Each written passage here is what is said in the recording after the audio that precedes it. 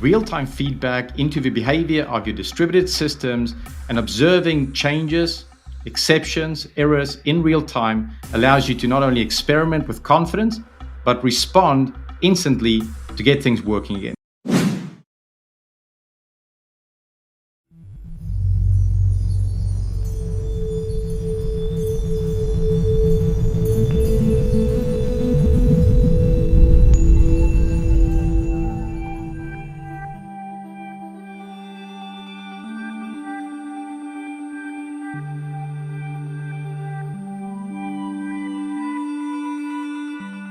So today's session is titled Improving the Process of Debugging JavaScript Errors in Production for Better End-User Experience and Happier Developers. My agenda for today is as follows. So first of all, I'm just going to set the stage, introduce myself, talk a little bit about what Rollbar is about and what I do for Rollbar. Then I'm going to talk about the impact of production JavaScript errors. And then talk a little bit about some of the particular difficulties that JavaScript developers have, maybe that other developers of other languages don't have. And then I'm going to talk about real-time error monitoring, which is part of the solution that Rollbar offers, and how that can help you to dramatically improve your error response process. My goal today is that, first of all, you learn about new error monitoring technology that's available today that you might not have been aware of, and that you take a step to improve your current process. So my name is Finbar Fleming. I'm the lead customer engineer at Rollbar. My background is I was a developer and a development manager for about 15 years with a particular interest in helping developers to improve their processes. So spent a lot of time working to develop continuous integration processes and test-driven development processes, and more recently helping developers with my job at Rollbar to manage errors more effectively and to help them build out error response processes in their applications. Written lots of code with errors, and I help teams to improve their error response capabilities. So I work with them so that they get better visibility into their errors, can differentiate between the important ones and the ones that are of lower importance. And then in a more advanced level, which I'm really not going to talk about much today, is just the ability to make either semi-automated or automated response decisions in their SDLC based on this error data. I see a lot of errors. See, about 30% of the people I work with are JavaScript developers. So I see a lot of JavaScript developers, and I talk with a lot of developers. So developers that use Rollbar, and also developers who don't use Rollbar, and I learn from them about what they do differently. So just going to give a high-level description of what Rollbar is. So Rollbar is a platform to group and respond to errors and to give developers insights about those errors. Rollbar is a platform to group, respond to, and gain insights from errors. And in real time, applications send data to Rollbar. That data is analyzed, and the errors are given an identity or a fingerprint. So think the code flow associated with an error, or the stack trace associated with an error is given a fingerprint. And it's given a fingerprint in a way that's very accurate and done very quickly. It's instant. And it's done in a way that's designed to allow for many code changes, so that over time, even though your code is changing, maybe you're upgrading versions of open source libraries, the same error is still giving you the same fingerprint. Then based on that, it enables certain workflows. So it might be that an error is occurring for the first time in an application that has never been seen before, and you want to notify the team. Or it may be that an error in a release that you just deployed 10 minutes or 15 minutes ago is impacting 10 different users every minute. Longer term, or over longer time horizons, the data that customers send to Rollbar enables them to identify risk in their code bases. So can identify maybe particularly risky files or parts of the code base modules, and then hopefully to give developers insights into maybe where they can improve their processes. So I'm going to talk about the cost of errors to your business. This data here is taken from the Rollbar State of Software Code Report, which interviewed about 950 developers. And these here are some of the stats that I think are important for our topic here today. So first of all, 34% say that losing users is the biggest risk of errors in their software applications. 28% actually reported losing a significant number of users to errors. So errors in your applications are costing you, dramatically increasing the risk that you do lose customers, and many of you actually are losing customers. The other statistic that I thought was really, really interesting was that 88% of the people that were interviewed said that bugs and errors are reported by customers first. And that's a little shocking. And I suppose if you take nothing else from this session, it really doesn't have to be that way. In terms of the cost to your developers, again, some more statistics from that report. 32% are spending up to 10 hours a week fixing bugs, and 16% are spending up to 15 hours per week fixing bugs. And if you think that on average that a developer might be actually writing code 25, 27 hours a week, any improvement that you can make in how they work with existing errors and bugs in existing code dramatically increases their ability to develop new features and new functionality. So it dramatically improves the throughput of new features and new functionality if you can make these types of improvements in your code bases. A few other, the people doing the survey were having a bit of fun. 21% of developers would rather go to the dentist, and 26% would rather spend time paying bills. But I suppose what you want to take from that is that developers really don't want to spend their time fixing bugs in existing code. They'd much prefer to be working on new features and new functionality, which coincidentally is what the business wants also. Developers in JavaScript actually have a particular challenge. So first of all, sort of by definition, I suppose I should clarify, I'm really focused on client-side errors in this presentation. End users are always impacted, okay? On back-end projects, you may get away with, it not being obvious that an error is occurring, and you might be able to run something, or something might be done asynchronously. On a UI, your users are being impacted. Second thing to note is that the tools that developers and people who work with JavaScript have access to actually are a little bit too convenient and allow you to set up bad habits. And if we think of like the developer tools or the browser developer tools and the console log, developers know how to use them, QA teams know how to use them, technical support teams know how to use them. And it's just too easy to use that as a location to debug your errors. And the problem with that is that once you go into production and the people using the application are no longer your internal developers, your internal QA staff, or your internal technical support teams, you lose that visibility.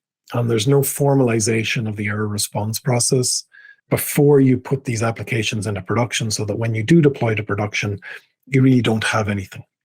The other thing to note is that, who owns client-side errors? And many companies will have an SRE team, and they're responsible for ensuring site reliability. Often that doesn't include client-side monitoring. Errors that are occurring in a strange version of a browser that's experiencing slight intermittent network issues isn't really the responsibility of an SRE team. So what often happens is that JavaScript applications get to the point where they're in production, but there's no process that has been put in place to observe what's occurring and to monitor what's occurring. And then obviously, lastly, just there can be a lot of noise in JavaScript errors. So there can be network issues, there can be browser-specific issues, third-party code issues. There can also be a culture of, look, it's just easier to let the customer contact us rather than deal with these noisy errors. And it's a slightly flawed way to look at the problem. Just kind of another convenient number here. I was at a conference recently, and I spoke with probably a few hundred developers, specifically JavaScript developers, and 75% of the people I spoke with had no visibility into production code errors. Of the ones that did have something, most of them were logging, generally to using the logging functionality maybe of an APM solution or else a dedicated logging solution. And the others, ones that were doing something, were using an error monitoring system like Rollbar or something else, something similar. The other thing I suppose that was of note there was that many of them weren't aware that this technology exists, this ability to analyze stack trace, give it an identity as soon as the error occurs, and then use that identity to let developer teams know if it's new and has never been seen before, or if it's a reoccurrence of an existing problem. There are two categories of tools that I see developers using primarily. One is logging, and they are often using the logging functionality maybe of the APM, and they get the error detail. They can often put structure around it, so you can add additional key value pairs. Really, the focus is on being able to consume the logging data rather than identifying this error in real time. And it's really around getting the logs into the system and giving you the ability to query after the fact. So maybe you learn about the error still from your customer, but at that point you can go into the logs. The error identification functionality tends to be very basic and sort of bolted on. So you don't get this very accurate identification of errors that come with error monitoring. And error monitoring, and I said this here is a component of what Rollbar does. There are a number of vendors in this space. At a high level, the process is similar. You're intercepting the on-error event. And so for uncaught errors on the page, you can capture that data, the stack trace associated with that, send it to some system, analyze the stack trace, give the error an identity, and based on the stack trace, the error is given a fingerprint, and this happens immediately when the error occurs. And the sameness, or two errors being considered the same from that point forward, is based on the fingerprint and not based on some query that you configure after the fact. If you want to kind of know a bit more about how Rollbar differentiates, consider ourselves different from other vendors in the error monitoring space, it's really around the accuracy and the speed of this grouping and the fact that it can stand up to code changes, and focused on giving development teams the data about the errors so that they can use that to improve their SDLC and identify risk and manage it better. So this here is the life cycle of a production JavaScript error, or at least for the 88% of people who learn about the errors first from their customers. So there's sort of 5 steps I've broken it down to. And the thing to note here is that the first 3 steps take a lot of time and are a source of much unhappiness for end users. So if you think customer experiences the error, hopefully the customer is calling in. At that point, technical support person is trying to reproduce the issue, maybe on their own or with the help of the customer. And at that point, it's given to a developer who will hopefully have what they need to reproduce the error. And then at that point, then they will understand the root cause.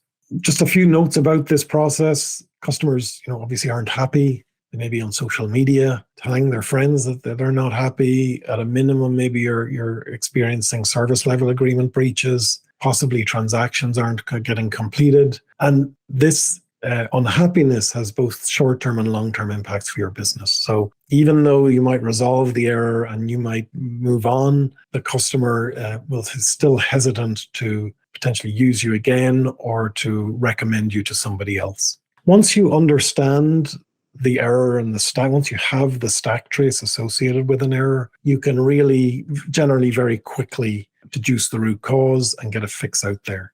And this really is where error monitoring helps greatly by capturing the data in a structured form, presenting the stack trace back to you, presenting the other metadata associated with the error, like the telemetry data on the page, so the events that fired on that page before the error occurred. You have all the information you would want in order to quickly reproduce it, understand the root cause, and get a fix out. The immediate benefits of enabling an error monitoring solution in your code base is immediately you get visibility into all errors. You can see which errors are occurring right now. You can see the data you need to reproduce the error. And if this grouping process is done very accurately, you have the data you need to do to decide which error needs to be fixed first. So you'll have much more accurate information around how many times did this error actually occur, how many people were impacted by this specific error. Just on the right-hand side there, I have a few images from Rollbar Fix, which is the Rollbar product focused on error monitoring. And just, you have immediate visibility into what the pattern of occurrences has been for this error over time, how many people have been impacted over time. And in this specific error, we see here that the vast, vast majority of people experiencing this error are using Google Chrome. So immediate visibility into the business impact. Just as a side note, the process of setting up error monitoring is generally very quick. It's a case of importing an SDK, turning on error tracking, and then you have immediate visibility into your errors. What we see most customers doing is very quickly they realize that there are errors occurring that they didn't know about. They go through a process to reduce those errors and very quickly dramatically reduce the number of errors that are coming through the system. So last week I worked with someone who the first month of working with Rollbar were sending 40,000 errors a month, and now they're down to 2,000. And that's in 6 weeks of using the product, this visibility they didn't previously have. They were able to identify, actually, we should be fixing these errors. And now they're down to a very, very manageable number of errors. And if any new error occurs, it will be much clearer that it's a new error, and they will then be able to go ahead and get that fixed. Error monitoring is a journey. It's not something you just turn on. What I see with the customers I work with is that there's sort of 5 phases to the journey. And the first is initial installation. Immediately you're getting real-time visibility, understanding the business impact of errors.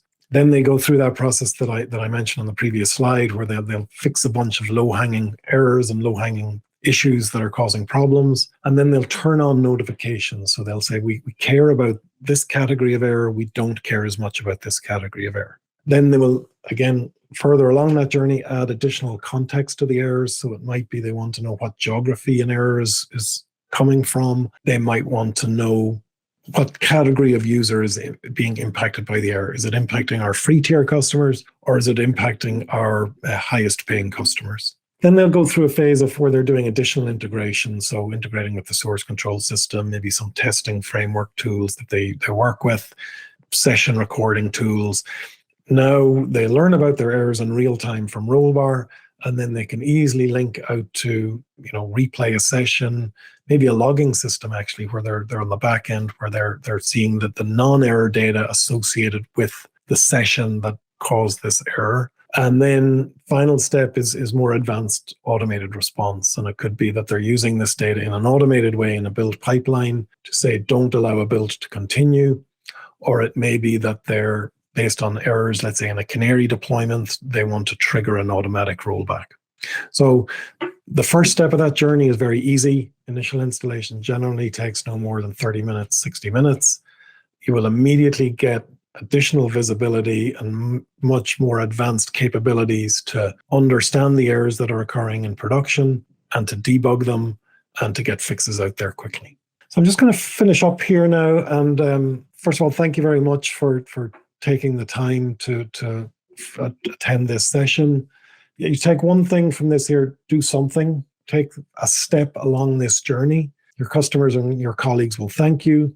One thing I will say, particular to JavaScript developers, is try to make the improvement early in your app's development. So as soon as you start working on a brand new code base, put something in, start to build that culture around, we have a centralized location to manage errors from all environments.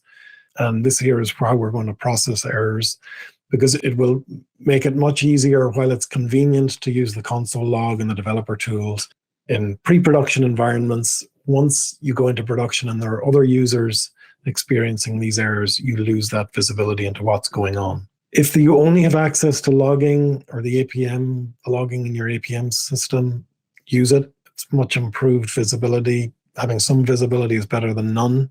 If possible, try to add error monitoring to your application. Definitely from the Rollbar side, it's easy to set up. You can make dramatic improvements quite quickly, and you can very quickly make it a part of your team's culture. And then as you use and as you begin to become more experienced with error monitoring, build out your solutions.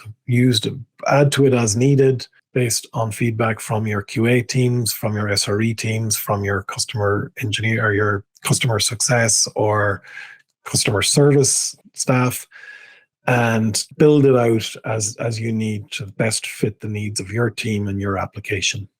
So earlier in the session, I referenced statistics from the Rollbar State of Software Code report. Here are 2 links. One is to download the report, and the other is to get access to a blog post about it. Definitely check those out. I hope you take the next step in your journey to improve your capabilities around debugging production errors in your JavaScript applications. If that journey takes you to Rollbar, we'd love to have you. We'd love to have your errors. You can try us out directly on rollbar.com, or this here is a specific promo code for this conference and for the attendees of this conference. And if you sign up with this promo code, we'll turn on a few extra features that you wouldn't normally get in a trial account, and also give you early access to some upcoming features. So definitely try that out. I do hope that you take the next step to improve how you work with your errors. On behalf of Rollbar, I'd just like to say that we're delighted to be part of this conference. We love being part of the developer community, where developers help each other developers, and where they learn from experts in the industry. So thanks again, and enjoy the rest of the conference.